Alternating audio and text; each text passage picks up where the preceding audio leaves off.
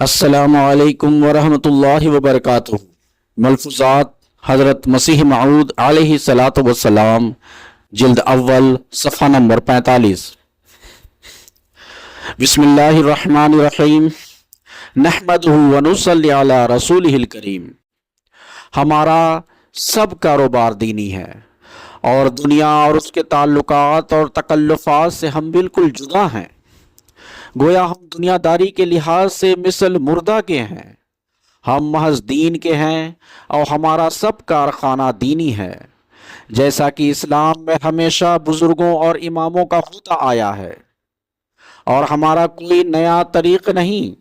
بلکہ لوگوں کے اس اعتقادی طریق کو جو کہ ہر طرح سے ان کے لیے خطرناک ہے دور کرنا اور ان کے دلوں سے نکالنا ہمارا اصل منشا اور مقصد ہے۔ مثلاً بعض نادان یہ عقیدہ رکھتے ہیں کہ غیر قوموں کے لوگوں کی چیزیں چرا لینا جائز ہے اور کافروں کا مال ہمارے لیے حلال ہے، اور پھر اپنی ان نفسانی خواہشوں کی خاطر اس کے مطابق حدیثیں بھی گڑھ رکھی ہیں۔ پھر وہ یہ عقیدہ رکھتے ہیں کہ حضرت عیسیٰ جو دوبارہ دنیا میں آنے والے ہیں تو ان کا کام لاٹھی مارنا اور خون ریزیاں کرنا ہے، حالانکہ جبر سے کوئی دین نہیں ہو سکتا۔ غرض اسی قسم کے خوفناک عقیدے اور غلط خیالات ان لوگوں کے دلوں میں پڑے ہوئے ہیں جن کو دور کرنے کے واسطے اور پرامن عقائد ان کی جگہ قائم کرنے کے واسطے ہمارا سلسلہ ہے۔ جیسا کہ ہمیشہ سے ہوتا رہا ہے کہ مصلحوں کی اور اولیاء اللہ کی اور نیک باتیں سکھانے والوں کی دنیا دار مخالفت کرتے ہیں، ایسا ہی ہمارے ساتھ بھی ہوا ہے، اور مخالفوں نے غلط خبریں محض افتراء اور جھوٹ کے ساتھ ہمارے برخلاف مشہور کی، یہاں تک کہ ہم کو ضرر پہنچانے کے واسطے گورنمنٹ تک غلط رپورٹیں کی کہ یہ مفسد آدمی ہے اور بغاوت کے ارادے رکھتے ہیں۔ اور ضرور تھا کہ یہ لوگ ایسا کرتے، کیونکہ نادانوں نے اپنے خیر خواہوں یعنی انبیاء اور ان کے وارثین کے ساتھ ہمیشہ اور ہر زمانہ میں ایسا ہی سلوک کیا ہے، مگر خدا تعالیٰ نے انسان میں ایک زیرکی رکھی ہے، اور گورنمنٹ کے کارکن ان لوگوں کو خوب جانتے ہیں۔ چنانچہ کپتان ڈگلس صاحب کی دانائی کی طرف خیال کرنا چاہیے کہ جب مولوی محمد حسین صاحب بٹالوی نے میری نسبت کہا کہ یہ بادشاہ ہونے کا دعویٰ کرتے ہیں اور اشتہار اس کے سامنے پڑھا گیا، تو اس نے بڑی زیرکی سے پہچانا کہ یہ سب ان لوگوں کا افتراء ہے، اور ہمارے مخالف کی کسی بات پر توجہ نہ کی، کیونکہ اس میں شک نہیں کہ ازالہ اوہام وغیرہ اور دوسری کتب میں ہمارا لقب سلطان لکھا ہوا ہے، مگر یہ آسمانی سلطنت کی طرف اشارہ ہے، اور دنیاوی بادشاہوں سے ہمارا کچھ سروکار نہیں۔ ایسا ہی ہمارا نام حکم عام بھی ہے، جس کا ترجمہ اگر انگریزی میں کیا جائے تو گورنر جنرل ہوتا ہے۔ اور شروع سے یہ سب باتیں ہمارے رسول کریم صلی اللہ علیہ وسلم کی پیشگوئیوں میں موجود ہیں کہ آنے والے مسیح کے یہ نام ہیں۔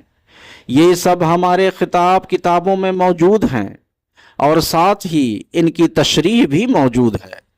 کہ یہ آسمانی سلطنتوں کی اصطلاحیں ہیں اور زمینی بادشاہوں سے ان کا تعلق نہیں ہے۔ اگر ہم شر کو چاہنے والے ہوتے تو ہم جہاد وغیرہ سے لوگوں کو کیوں روکتے، اور درندگی سے ہم مخلوقات کو کیوں منع کرتے ہیں؟ غرض کپتان ڈگلس صاحب عقل سے ان سب باتوں کو پا گیا اور پورے انصاف سے کام لیا، اور دونوں فریق میں سے ذرہ بھی دوسرے فریق کی طرف نہیں جھکا، اور ایسا نمونہ انصاف پروری اور دور رسی کا دکھلایا کہ ہم بدل خواہش مند ہیں کہ ہماری گورنمنٹ کے تمام معزز حکام ہمیشہ اسی اعلیٰ درجہ کے نمونہ انصاف کو دکھلاتے رہیں، جو نو شیروانی انصاف کو بھی اپنے کامل انصاف کی وجہ سے ادنا درجہ کا ٹھہرتا ہے۔ اور یہ کس طرح سے ہو سکتا ہے کہ کوئی اس گورنمنٹ کے پرامن زمانہ کو برا خیال کرے اور اس کی برخلاف منصوبہ بازی کی طرف اپنا ذہن لے جاوے۔ حالانکہ یہ ہمارے دیکھنے کی باتیں ہیں کہ سکھوں کے زمانہ میں مسلمانوں کو کس قدر تکلیف ہوئی تھی۔ صرف ایک گائے کے اتفاقاً ذبح کیے جانے پر سکھوں نے 6-7 ہزار آدمیوں کو تاتیق کر دیا تھا، اور نیکی کی راہ اس طرح پر مسدود تھی کہ ایک شخص مسمى کم شاہ اس آرزو میں ہاتھ اٹھا اٹھا کر دعائیں مانگتا تھا کہ ایک دفعہ صحیح بخاری کی زیارت ہو جائے، اور دعا کرتا کرتا رو پڑتا تھا اور زمانہ کے حالات کی وجہ سے نا امید ہو جاتا تھا۔ آج گورنمنٹ کے قدم کی برکت سے وہی صحیح بخاری 4-5 روپے میں مل جاتی ہے، اور اس زمانہ میں لوگ اس قدر دور جا پڑے تھے کہ ایک مسلمان نے جس کا نام خدا بخش تھا اپنا نام خدا سنگھ رکھ لیا تھا، بلکہ اس گورنمنٹ کے ہم پر اس قدر احسان ہے کہ اگر ہم یہاں سے نکل جائیں تو نہ ہمارا مکہ میں گزارا ہو سکتا ہے اور نہ قسطنطنیہ میں، تو پھر کس طرح سے ہو سکتا ہے ہم اس کے برخلاف کوئی خیال اپنے دل میں رکھیں؟ اگر ہماری قوم کو خیال ہے کہ ہم گورنمنٹ کے برخلاف ہیں یا ہمارا مذہب غلط ہے،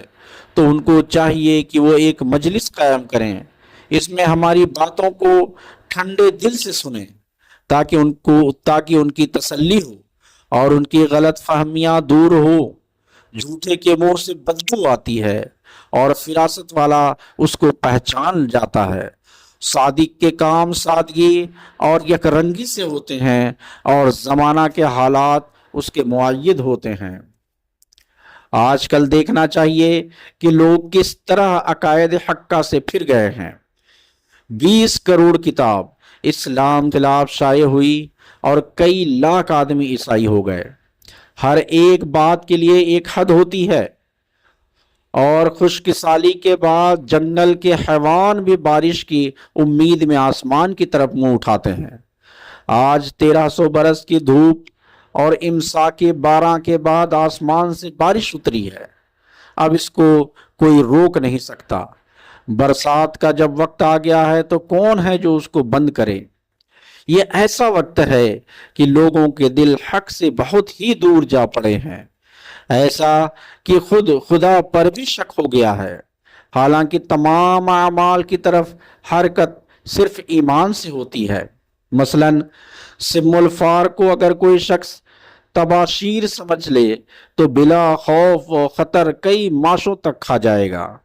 اگر یقین رکھتا ہو کہ یہ زہر قاتل ہے تو ہرگز اس کو منہ کے قریب بھی نہ لائے گا۔ حقیقی نیکی کے واسطے یہ ضروری ہے کہ خدا کے وجود پر ایمان ہو، کیونکہ مجازی حکام کو یہ معلوم نہیں کہ کوئی گھر کے اندر کیا کرتا ہے اور پس پردہ کسی کا کیا فعل ہے، اور اگرچہ کوئی زبان سے نیکی کا اقرار کرے مگر اپنے دل کے اندر وہ جو کچھ رکھتا ہے اس کے لیے اس کو ہمارے مواخذہ کا خوف نہیں۔ اور دنیا کی حکومتوں میں سے کوئی ایسی نہیں جس کا خوف انسان کو رات میں اور دن میں، اندھیرے میں اور اجالے میں، خلوت میں اور جلوت میں، ویرانے میں اور آبادی میں، گھر میں اور بازار میں، ہر حالت میں یکساں ہو۔ پس درستی اخلاق کے واسطے ایسی ہستی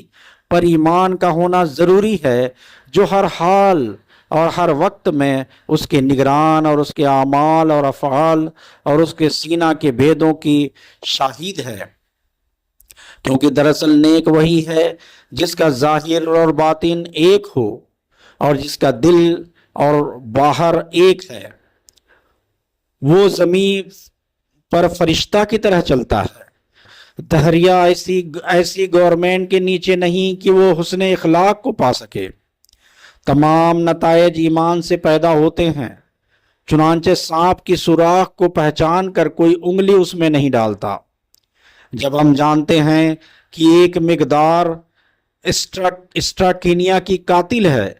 تو ہمارا اس کے قاتل ہونے پر ایمان ہے، اور اس ایمان کا نتیجہ یہ ہے کہ ہم اس کو منہ نہیں لگائیں گے اور مرنے سے بچ جائیں گے۔ اور تقدیر یعنی دنیا کے اندر تمام اشیاء کا ایک اندازہ اور قانون کے ساتھ چلنا اور ٹھہرنا اس بات پر دلالت کرتا ہے کہ اس کا کوئی مقدر یعنی اندازہ باندھنے والا ضرور ہے۔ گھڑی کو اگر کسی نے بالارادہ نہیں بنایا تو وہ کیوں اس قدر ایک باقاعدہ نظام کے ساتھ اپنی حرکت کو قائم رکھ کر ہمارے واسطے فائدہ مند ہوتی ہے۔ ایسا ہی آسمان کی گھڑی کہ اس کی ترتیب اور باقاعدہ اور باضابطہ انتظام یہ ظاہر کرتا ہے کہ وہ بالارادہ خاص مقصد اور مطلب اور فائدہ کے واسطے بنائی گئی ہے۔ اسی طرح انسان مصنوع سے صانع کو اور تقدیر سے مقدر کو پہچان سکتا ہے، لیکن اس سے بڑھ کر اللہ تعالیٰ نے اپنی ہستی کے تابوت کا ایک اور ذریعہ قائم کیا ہوا ہے، اور وہ یہ ہے کہ وہ قبل از وقت اپنے برگزیدہ کو کسی تقدیر سے اطلاع دے دیتا ہے اور ان کو بتلا دیتا ہے کہ فلاں وقت اور فلاں دن میں نے فلاں امر کو مقدر کر دیا ہے۔ چنانچہ وہ شخص جس کو خدا نے اس کام کے واسطے چنا ہوا ہوتا ہے پہلے سے لوگوں کو اطلاع دے دیتا ہے کہ ایسا ہوگا، اور پھر ایسا ہی ہو جاتا ہے جیسا کہ اس نے کہا تھا۔ اللہ تعالیٰ کی ہستی کے ثبوت کے واسطے یہ ایسی دلیل ہے کہ ہر ایک دہریہ اس موقع پر شرمندہ اور لاجواب ہو جاتا ہے۔ اللہ تعالیٰ نے ہم کو ہزاروں ایسے نشانات عطا کیے ہیں جن سے اللہ تعالیٰ کی ہستی پر لذیذ ایمان پیدا ہوتا ہے۔ ہماری جماعت کے اس قدر لوگ اس جگہ موجود ہیں، کون ہے جس نے کم از کم 2-4 نشان نہیں دیکھے؟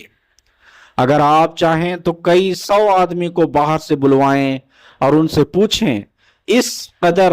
احبار اور اخیار اور متقی اور صالح لوگ جو کہ ہر طرح سے عقل اور فراست رکھتے ہیں اور دنیاوی طور پر اپنے معقول روزگاروں پر قائم ہیں، کیا ان کو تسلی نہیں ہوئی؟ کیا انہوں نے ایسی باتیں نہیں دیکھی جن پر انسان کبھی قادر نہیں ہے؟ اگر ان سے سوال کیا جائے تو ہر ایک اپنے آپ کو اول درجہ کا گواہ قرار دے گا۔ کیا ممکن ہے کہ ایسے ہر طبقہ کے انسان جن میں عاقل اور فاضل اور طبیب اور ڈاکٹر اور سوداگر اور مشائخ، سجادہ نشین اور وکیل اور معزز عہدیدار ہیں، بغیر پورے تسلی پانے کے یہ اقرار کر سکتے ہیں کہ ہم نے اس قدر آسمانی نشان بچشم خود دیکھے؟ اور جبکہ وہ لوگ واقعی طور پر ایسا اقرار کرتے ہیں جس کی تصدیق کے لیے ہر وقت شخص مکذب کو اختیار ہے، تو پھر سوچنا چاہیے کہ ان مجموعہ اقرارات کا طالب حق کے لیے اگر وہ فی الحقیقت طالب حق ہے، کیا نتیجہ ہونا چاہیے؟ کم سے کم ایک ناواقف اتنا تو ضرور سوچ سکتا ہے کہ اگر اس گروہ میں سے جو لوگ ہر طرح سے تعلیم یافتہ اور دانا اور فرسودۂ روزگار اور بفضل الہی مالی حالتوں میں دوسروں کے محتاج نہیں ہیں، اگر انہوں نے پورے طور پر میرے دعویٰ پر یقین حاصل نہیں کیا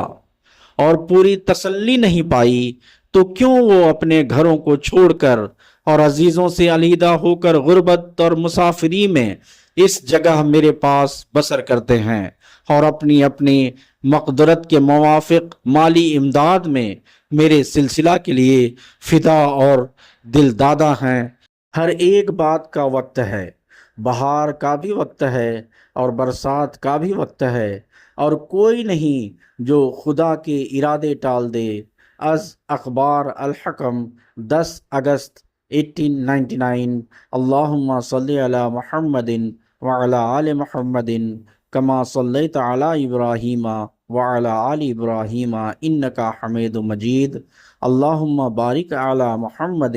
وعلی آل محمد کما بارکت علی ابراہیم وعلی آل ابراہیم انکا حمید مجید۔ السلام علیکم ورحمۃ اللہ وبرکاتہ۔